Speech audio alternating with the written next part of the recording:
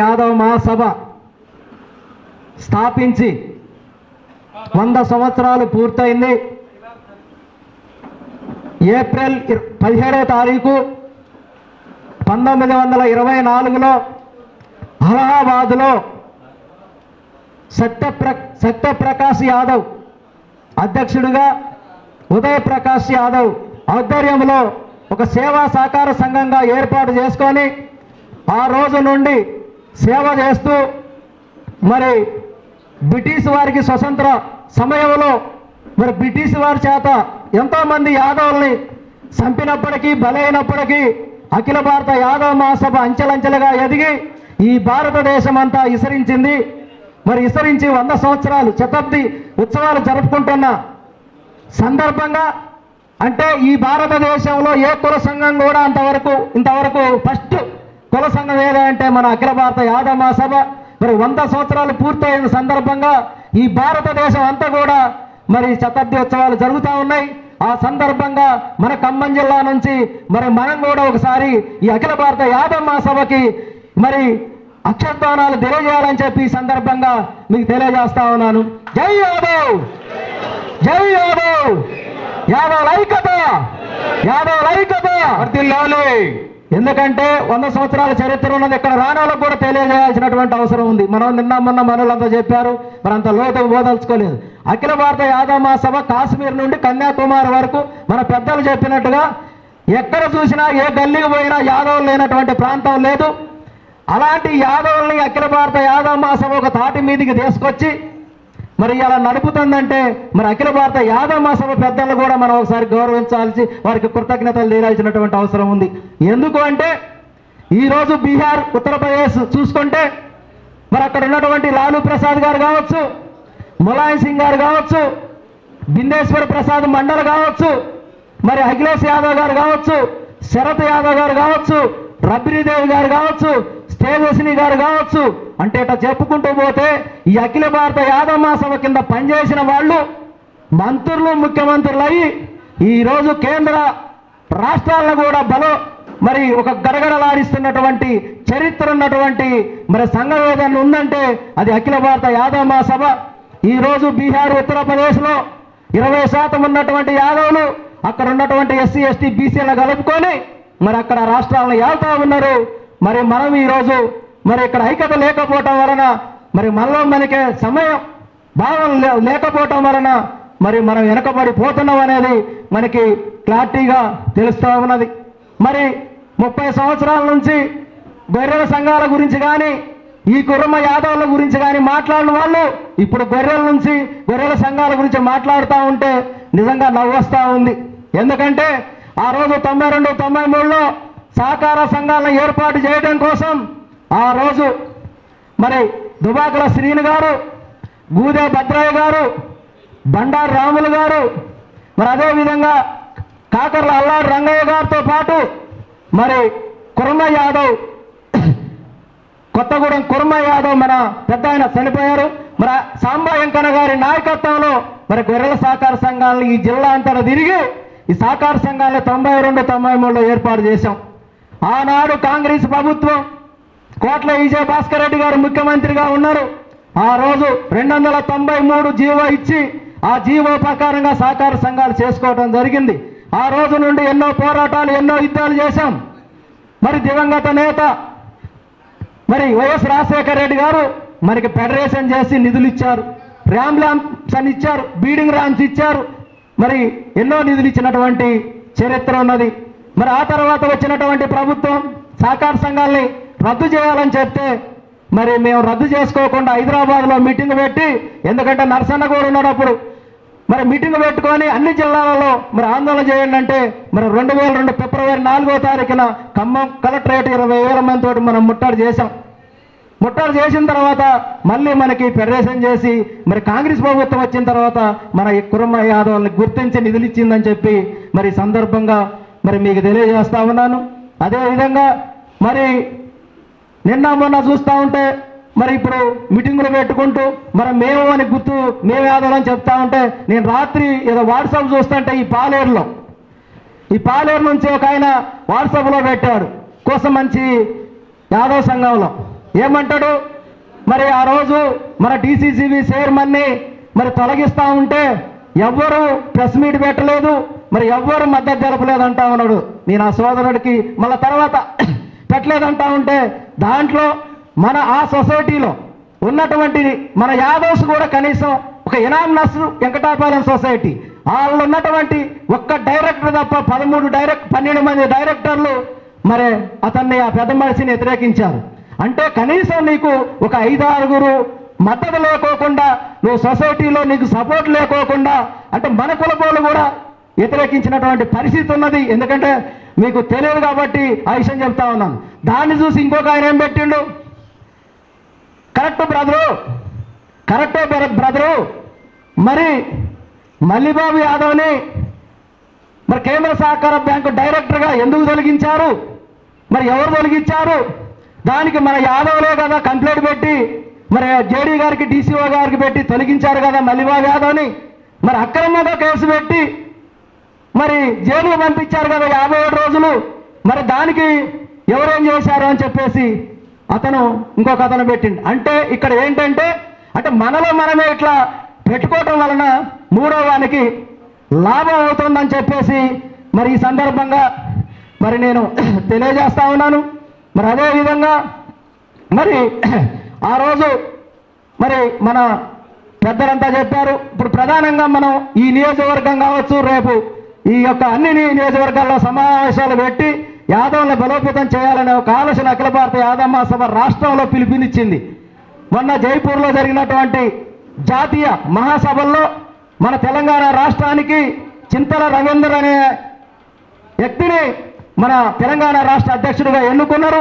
వాళ్ళ నాన్నగారు 2000 నుంచి మరి 2004 వరకు అఖిల భారత యాదవ్ మహాసభ అధ్యక్షులుగా చేశారు.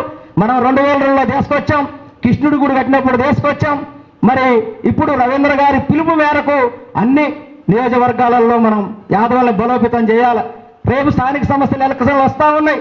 స్థానిక సంస్థల ఎలక్షన్లలో మన యాదవులు సర్పంచులు కావాలి, ఎంపీటీసీలు కావాలి, ఎంపీపీలు కావాలి, జడ్పీటీసీలు కావాలి, మరి డీసీసీబీ చైర్మన్లు కావాలి, సెంట్రల్ బ్యాంక్ చైర్మన్లు కావాలి, మార్కెట్ చైర్మన్లు కావాలని చెప్పి ఆల్ ఇండియా అఖిల భారత యాదవ్ మహాసభ పిలుపునిస్తే మరి మేము ఈ మీటింగులు పెట్టుకుంటూ మనల్ని బలోపేతం మరి చేయడం జరుగుతూ ఉన్నది. మరి ఆ రోజు మన పెద్దలు చెప్పినట్టుగా మరి అఖిల భారత యాదవ్ మహాసభ బిల్డింగ్లో మరి నేను కూడా గొర్రెల సహకార సంఘం తరఫున 1,30,000 రూపాయలు ఇచ్చాను. అబ్బాయ మీ గొర్రెల సంఘం పేరు పెడదామని చెప్పారు. అట్ట మనోళ్ళందరూ మరి ఆ రోజు శ్రీహరన్న ఎంతో కష్టపడ్డాడు మన యాదవుల్ని మరి పేదవాళ్ళు చదువుకు మన పుల్లారావు చెప్పినట్టుగా మరి శ్రీహరన్న కావచ్చు, అమరబోయిన సైదయ్య గారు, మేగడ కన్నయ్య గారు, దుబాకల సీన్ గారు, చంద్రగారి శేషగిరిరావు గారు వీళ్ళంతా ఉండి ఆ యొక్క ట్రస్ట్లో మేము కూడా సభ్యుడినే. దుబాకల సీన్ గారు సభ్యుడు, ఏర్ల ప్రసాద్ గారు, నాగభూషణం గారు, మేము మొత్తం 6గురితోటి ఆ ట్రస్ట్ ఏర్పాటు చేసి మరి ఆ బిల్డింగ్ కట్టించినాం. మరి కట్టించిన తర్వాత మరి ఇప్పుడు ఆ బిల్డింగ్ని లీజుకి ఇచ్చారు. ఎంత దారుణం! పుల్లారావుకి ఆ సంగతి తెలవనట్టుంది. ఇప్పుడు కిరాయికి ఇచ్చారు. కిరాయికి ఇచ్చి మన కులంలో మనకి మరి ఇంతకుముందు గొర్రెల మేకల సంఘం అని పెట్టి మరి క్యాలెండర్ అని సందాలు వసూలు చేసి, లోన్లు ఇస్తామని సందాలు వసూలు చేసి, సొసైటీలని గ్రామం తీసి తిరిగి మన యాదవ్ని మోసం చేసినటువంటి మరి అతనికి ఇప్పుడు అది అప్పచెప్తే అతను ఆ పిల్లల దగ్గర డబ్బులు వసూలు చేస్తూ ఉన్నాడని, లేకపోతే ఒక ఏరే వాళ్ళకి ఘోరానికి ఇచ్చారని చెప్తా ఉన్నారు. మేము కూడా ఒక టైం కోసం చూస్తూ ఉన్నాం. మేము ప్రతి మీటింగ్లో చెప్తా ఉన్నాం. సమయం ఆసనం అయింది. ఒక 1-2 నెలల వీరభద్రం అన్న నాకు 150% సపోర్ట్ చేస్తూ ఉన్నాడు ఆ విషయంలో. కానీ సమయం కోసం చూస్తూ ఉన్నాం. 1-2 నెలల్లో సమయం వస్తుంది. సమయం వచ్చిన తర్వాత మన ఏదైతే కోరికున్నదో, ఏదైతే ఆ బిల్డింగుని మన చిత్తారు శ్రీహరి కార్యాలయం పేరు పెడతాం, అది మన పేద విద్యార్థులు చదువుకోవడానికి మరి అందరం కూడా అది చేస్తాం. అది పెద్దల దృష్టిలో కూడా ఉన్నది. కాబట్టి కొద్దిగా టైం కోసమే చూస్తున్నాం తప్ప మరి చేతగాంతనం కింద లెక్క వద్దని కూడా ఈ సందర్భంగా మరి మీకు తెలియజేస్తా ఉన్నాను. మరి అదేవిధంగా మరి గత ప్రభుత్వం గొర్రెలకి డీడీలు ఇచ్చారని శ్రీనివాస్ గారు చెప్పారు. విమర్శ కాదు. నేను ఎప్పుడు 2002లో టీడీపీ మండల అధ్యక్షుడిగా ఉండి కూడా ఆ ప్రభుత్వానికి వ్యతిరేకంగా నేను ధర్నా చేసినటువంటి అని మేము విమర్శ అనుకోవద్దు. మన డీడీలు తీసిన తర్వాత గత ప్రభుత్వం మన కురమ యాదవుల్ని కోటీశ్వరం చేస్తా అని చెప్పి డీడీలు తీపిచ్చి మరి ఫస్ట్ విడత గొర్రెలు ఇచ్చి రెండో విడత గొర్రెలు ఇవ్వకోకుండా కనీసం డీడీలు కూడా ఇంతవరకు ఇవ్వకోకుండా ఇబ్బందులు పెడతా ఉంటే ఇదే పెద్ద మనిషి ఎప్పుడైనా ఈ గొర్రెల డీడీలు ఆ ప్రభుత్వంలో అధికారంలో ఉండి ఈ యాదవుల డీడీలు ఇవ్వండి లేకపోతే గొర్రెలు ఇవ్వండి అని మాట్లాడిండా మీరు ఒకసారి ఆలోచన చేయాల్సినటువంటి అవసరం కూడా ఉన్నది. నేను జైలుకు పోయి వచ్చిన తర్వాత నాకు 40 రోజులు కండిషన్ బెయిల్ ఇచ్చారు. 47వ రోజు కలెక్టరేట్ ముట్టడి కార్యక్రమానికి మరి కోటేశ్వరరావు గారు అదే సుపాకుల లింగయ్య పిలిస్తే నేను సింహాద్రి గారు పోయి మరి అక్కడ మా కుర్మ యాదవులకి డీడీలు ఇవ్వండి, తిరిగి ఇవ్వండి లేదా గొర్రెలు ఇవ్వండి అని చెప్పి కూర్చుంటే మా ఇద్దరి మీద కేసు పెట్టారు, ఎఫ్ఐఆర్ చేశారు. రంగనాథపాలెం పోలీస్ స్టేషన్ వాళ్ళు మమ్మల్ని చాలా ఇబ్బందులు పెడితే లాస్ట్కి ఇద్దరం కూడా అది తప్పించుకునే మార్గం లేదు ఎఫ్ఐఆర్ చేశారు. నేను శ్రీనివాసరెడ్డి గారితో కూడా చెప్పాను ఈ విషయం. చెప్తే అక్కడ లేదు ఎఫ్ఐఆర్ చేశారు అప్పుడే మా మీద. అసలు మాకు సంబంధం లేదు, అయినా మద్దతు తెప్పడానికి కూడా వీళ్ళ ద్వారానే అని చెప్పి ఇప్పుడు మా ఇద్దరి మీద కేసు ఉన్నది, మేము కోర్టు చుట్టూ తిరుగుతా ఉన్నాం అని చెప్పి కూడా. ఎందుకంటే ఆ వాట్సాప్లో పెట్టిన అతను మీరు ఎప్పుడు మాట్లాడారు, మీరు ఏమన్నా డీడీల గురించి మాట్లాడారా అంటాడు. డీడీల గురించి మాట్లాడటం కాదు, మేము ఇప్పుడు కోర్టులో మా కేసు నడుస్తూ ఉంది. మరి మీకు మీటింగ్ పెట్టినటువంటి వ్యక్తి ఆ పెద్ద మనిషి ఎప్పుడన్నా గొర్రెల గురించి కానీ మరి అధికారంలో ఉండి ఏమైనా మాట్లాడిందా అంటే ఎక్కడ మాట్లాడినటువంటి పరిస్థితి లేదు. పెద్దలు చెప్పినట్టుగా వ్యాపారం చేసుకోవడం కోసం సొంత లాభం కోసం మరి తిరుగుతున్నాడు తప్ప ఈ కులం కోసం కాదని చెప్పేసి మరి ఈ సందర్భంగా మరి తెలియజేస్తా ఉన్నాం.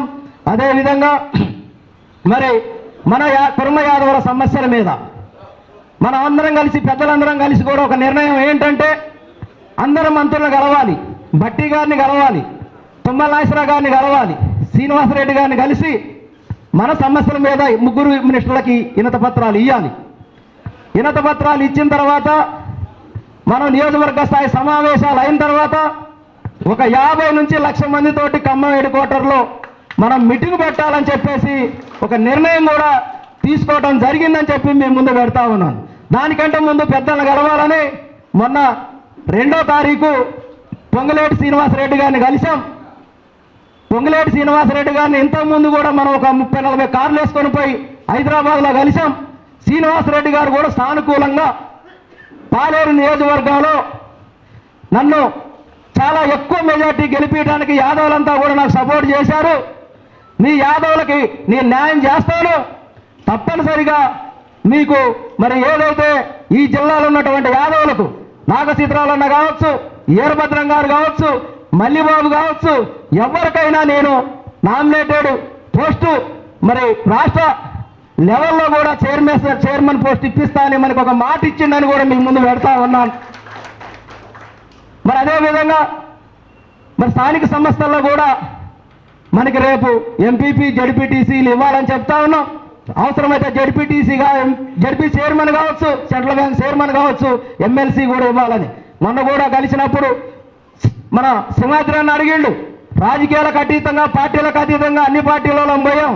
సీనన్న సానుకూలంగా స్పందించి పొంగులేటి శ్రీనివాసరెడ్డి గారు తప్పనిసరిగా నేను మాట ఇచ్చాను, మాట ప్రకారంగా మీ యాదవులకు న్యాయం చేస్తా అని చెప్పి 2వ తారీఖు మొన్న 2వ తారీఖున కలిసి వినతి పత్రం ఇచ్చాం.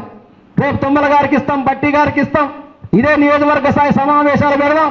స్థానిక సంస్థల్లో ఈ పాలేరు నియోజకవర్గం నుంచి 25 నుంచి 30 మంది సర్పంచులు కావాలని, ఎంపీటీసీలు కావాలని, ఇక్కడ కూడా మరింత మనకి యాదవులు ఉన్నారు ఇక్కడ కానీ తిరుమలపాలెం జడ్పీటీసీలు కూడా మనకి ఎక్కడో 1-2 జడ్పీటీసీలు ఇవ్వాలని మరి మళ్ళీ కూడా మేము మంత్రులు కలిసి మరి యాదవుల సమస్యల కోసం మరి పోరాడతామని చెప్పి ఈ సందర్భంగా తెలియజేస్తా ఉన్నాను. చాలా మంది రాజకీయాలు అంటారు, సరే అధికారం ఉంటుంది ఉండకపోవచ్చు. నేను అధికారంలో ఉన్న పొంగులేటి సీనాన్ని అమ్మటున్న సంగతి మీ అందరికీ తెలుసు. శ్రీనివాసరెడ్డి గారు ఒకటే చెప్పిండు, మీ యాదవులకు ఏ పని ఉన్నా దయాకర్ రెడ్డి గారికి చెప్తా, దయాకర్ రెడ్డి గారి కాడ నువ్వు పని చేయించని చెప్పిండు. ఈ ఏదక ద్వారా ఈ పాలేరు నియోజకవర్గంలో ఉన్నటువంటి యాదవులకు ఒకటే చెప్తా ఉన్నాను, మీరు ఏ పార్టీలు ఉన్నా నా కాడికి రండి, పొంగులేటి శ్రీనివాసరెడ్డి గారి మేనల్లుడు దయాకర్ రెడ్డి గారి కాడికి తీసుకుపోయి మీ సమస్యని పరిష్కారం ఏదైతే పరిష్కరించేంత వరకు నేను కృషి చేస్తాను కూడా మీకు హామీ ఇస్తా ఉన్నాను. ఒట్టొట్టి మాటలు చెప్పడం కాదు, ఒట్టొట్టి మాటలు చెప్పేటువంటి అలవాటు లేదు. 30 సంవత్సరాల నుండి ఈ కులంలో పుట్టినందుకు మరి ఈ కులాల్లో వేరే వాళ్ళకి వ్యతిరేకంగా నేను ఎన్నో అవమానాలు, ఎన్నో మరి ఇబ్బందులు పడి కూడా నా కులం అని ఇప్పటికి కూడా మరి పోరాడుతూ ఉన్నాను. ఎంతమంది బెదిరించినా, ఎంతమంది మరి బెదిరినా బెదరకోకుండా ఈ కులం కోసం పోరాడుతున్నా పొంగులేటి శ్రీనివాసరెడ్డి గారి మీద ఒక నమ్మకం ఉన్నది. మరి ఆ నమ్మకానికి మరి ఇంకా ముందుకు పోయి మరి నేను పనిచేసి అఖిల భారత యాదవ మహాసభ బిల్డింగ్ కావచ్చు, మీ సమస్యలన్నిటి కోసం కూడా మరి పోరాటం చేస్తానని చెప్పి ఈ సందర్భంగా తెలియజేస్తూ మరి యొక్క సమస్యలు, ఎందుకంటే గొర్రెల పెంపకందారులు మరి ఎండనక వాననక పవనక పుట్టనక అడవులలో గొర్రెల మీద అడవి జీవితాన్ని గడుపుతా ఉన్నారు. పావులుగా చనిపోతా ఉన్నారు, పిడుగులు పడి చనిపోతా ఉన్నారు, వాగుల్లో గొట్టపోతా ఉన్నారు, వన్యమృగాల వల్ల చనిపోతా ఉన్నారు. వాళ్ళు ప్రమాదం వల్ల చనిపోతే 10 లక్షల రూపాయలు ఎక్స్గ్రేస్ ఇవ్వాలని చెప్పి గత ప్రభుత్వంలో పెడితే ఇత్తనని మోసం చేసింది. మరి అదేవిధంగా గొర్రెలు మేపుకోవడానికి అడవుల్లో పోతా ఉంటే ఫారెస్ట్ వాళ్ళు గొర్రెలని పోనీయకోకుండా కొడతా ఉంటే మేము గత ముఖ్యమంత్రి గారిని కలిస్తే అడవుల్లోకి పోనిస్తాం, ఫారెస్ట్ లో చెబుతాం, బోర్లు వేస్తాం, తొట్లు కడతామని చెప్పి మన యాదవుని మోసం చేశారు. మరి ఇట్లా చెప్పుకుంటూ పోతే ప్రతి దాంట్లో కూడా మోసం జరిగింది. మరి ఈ ప్రభుత్వం ఇస్తుందని ఒక ఆలోచన, ఒక నమ్మకంతో ముందుకు పోతా ఉన్నాం. మనం ఎలాగ ఇవ్వకపోతే మన ప్రణాళిక, మన సంఘం అంతా కూడా ఏదైతే హైదరాబాద్ అఖిల భారత యాదవ మహాసభ చెబుతుందో ఆ ప్రకారంగా మనం ముందుకు పోయి మన సమస్యలు పరిష్కరించుకోవడం కోసం పోరాటం చేద్దాం. ఎక్కడ వెనకాడే పరిస్థితి అయితే లేదు అని చెప్పేసి ఈ సందర్భంగా మీరు తెలియజేస్తాం. 2002లో టీడీపీ మండల అధ్యక్షుడిని 2002 ఫిబ్రవరి 4వ తారీఖున అధికార పార్టీలో ఉండి నేను ఈ కులం కోసం ధర్నా చేశాం. ఆ తర్వాతనే తెలంగాణ ఉమ్మడి ఆంధ్రప్రదేశ్లో అన్ని జిల్లాలలో చేస్తేనే 2006లో మనల్ని గుర్తించి వైఎస్ రాజశేఖర రెడ్డి గారు ఫెడరేషన్ చేసి మనకి నిధులు ఇచ్చారు. మరి ఇప్పుడు కూడా మరి ఆ ఫెడరేషన్కి చైర్మన్ వేయాలి, దాంతోపాటు మరి కార్పొరేషన్ చైర్మన్ కూడా మరి కుర్మ యాదవులకు వేస్తా అని చెప్పారు. వేయాలని చెప్పేసి మంత్రులు కలిసాం. మళ్ళీ కలిసి కూడా మనం మరి ముందుకు పోదామని, మరి టైం లేదు కాబట్టి మరి ఇంకా సమయం మళ్ళీ ఉన్న రోజు మాట్లాడుకుందాం. ఇంకా చాలా ఉందిలే కానీ మరి ఇక టైం లేదు, ఎందుకంటే ఆకలి అవుతుంది, నాకు కూడా ఉనికొస్తుంది, షుగర్ ఉన్నది. ఇంకా మన గెస్టు అన్న పెద్దన్న మాట్లాడిన తర్వాత మనందరం భోజనం చేసుకొని మరి ఇక మండల కమిటీ కూడా వేద్దామని ఒక ఆలోచన చేస్తా ఉన్నాం. ఎందుకంటే మండల కమిటీ అంటే ఎవరో డబ్బులు ఉన్నాయని కాదు, ఈ కులం కోసం. నేను ఇక్కడ లెక్కైతే 30 మంది ఉన్నారు నా వెనక డయాస్ మీద, ఒక్కొక్కరు 10 మంది తీసుకొచ్చినా 300 మంది అవుతారు. అంటే అలాంటి వాళ్ళు కావాలి, ఏదో ఒకళ్ళు వచ్చి డయాస్ మీద కూర్చునే వాళ్ళు అవసరం లేదు. ఈ యొక్క ప్రతి మండలానికి కూడా అధ్యక్షుడిని 10 మందిని కమిటీ చేస్తాం, నియోజకవర్గానికి కూడా కమిటీ చేస్తాం. మరి అన్ని మండలాల్లో కూడా వేయబోతున్నాం కాబట్టి మరి భోజనం చేసిన తర్వాత మరి మండలాల కమిటీ కూడా వేద్దామని ఒక ఆలోచనతో ఉన్నాం. మీరందరూ కూడా ఏకాభిప్రాయంగా చెబితే ఆ మండలాన్ని వేసి ఆ పని చేపించి ఈ కులానికి ఉపయోగపడేట్టుగా, ఈ సమాజం మనకి కుర్మ యాదవులకు ఉపయోగపడేట్టుగా వాళ్ళని నడిపించడానికి మేము వెంకట నరసయ్య గారు, మేము డయాస్ మీద ఉన్న వాళ్ళందరం కూడా మరి మీ వెనకుంటామని చెప్పేసి ఈ సందర్భంగా తెలియజేస్తూ మరి మంచి మనకి కూడా నేను ఎందుకంటే ఎన్ని ఫోన్లు చేశాను, ఫోన్లు చేసిన వాళ్ళు కూడా మేనోళ్ళే రాలేదు. అట్లా కాకోకుండా మరి వచ్చేవాళ్ళు వాళ్ళకి డబ్బులు ఉన్నాయా లేవా కాదు. ఇప్పుడు పల్లెపోయిన సీన్ ఉన్నాడు ఇక్కడ, ఆయనకేం లేదు, 100 రూపాయల డీజిల్ పెట్రోల్ కూడా లేనటువంటి పరిస్థితి, అయినా సరే ఎక్కడికైనా బండి వేసుకొని పోమంటే పోతాడు. ఈ కుర్మ రవి ఉన్నాడు ఇక్కడ, దుప్పటి రవి అని కుర్మ, ఆయన కూడా ఎక్కడ పోమంటే పోతాడు. అంటే ఆయనకేం డబ్బులు లేవు, నెలకు 10,000 కూలి చేస్తా ఉండు ఖమ్మంలో. అంటే డబ్బులు కాదు ముఖ్యం, పనిచేసేవాడు కావాలి ఈ సమాజానికి.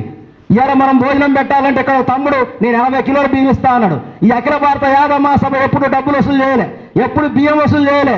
మన అధ్యక్షుడు వెంకట నరసయ్య గారు ఎంతైనా పర్వాలేదు నేనే పెడతా, ఎన్ని వేల మంది వచ్చినా నేనే భోజనం పెట్టిస్తా, మనం డబ్బులు తీసుకోవద్దని చెప్పిండు. భారీ సురేష్ నాకు ఫోన్ చేసి 50 కిలోల బియ్యం ఇస్తా అన్నాడు. తమ్ముడు ఎప్పుడు తీసుకోలేదమ్మా మేము, మరి ఇక్కడ మనం మళ్ళీ అట్లా పెడితే ఇబ్బంది అవుతుంది, వద్దు తమ్ముడు అన్న. మళ్ళీ నాకు ఫోన్ చేసి ఒక 200 టీలు తెప్పించాను అన్నాడు. ఎవరు పోతావు తమ్ముడు 200 టీలు, వద్దు, ఏదైనా ఫ్లెక్సీలు కనుకుంటే పెట్టుకోడు తప్ప డబ్బులు వద్దని చెప్పాను. మరి అలాంటిది అఖిల భారత యాదవ మహాసభ మన క్యాలెండర్ అని, డైరీ అని 1000 రూపాయలు 5,000 అని కూడా వసూలు చేసేటువంటి సంఘం కాదు మంది ఆల్ ఇండియా అఖిల భారత యాదవ మహాసభ. దీనికి ఒక చరిత్ర ఉన్నది. మరి ఆ సంఘంలో పనిచేస్తున్నందుకు నిజంగా మనం గర్వపడాలి.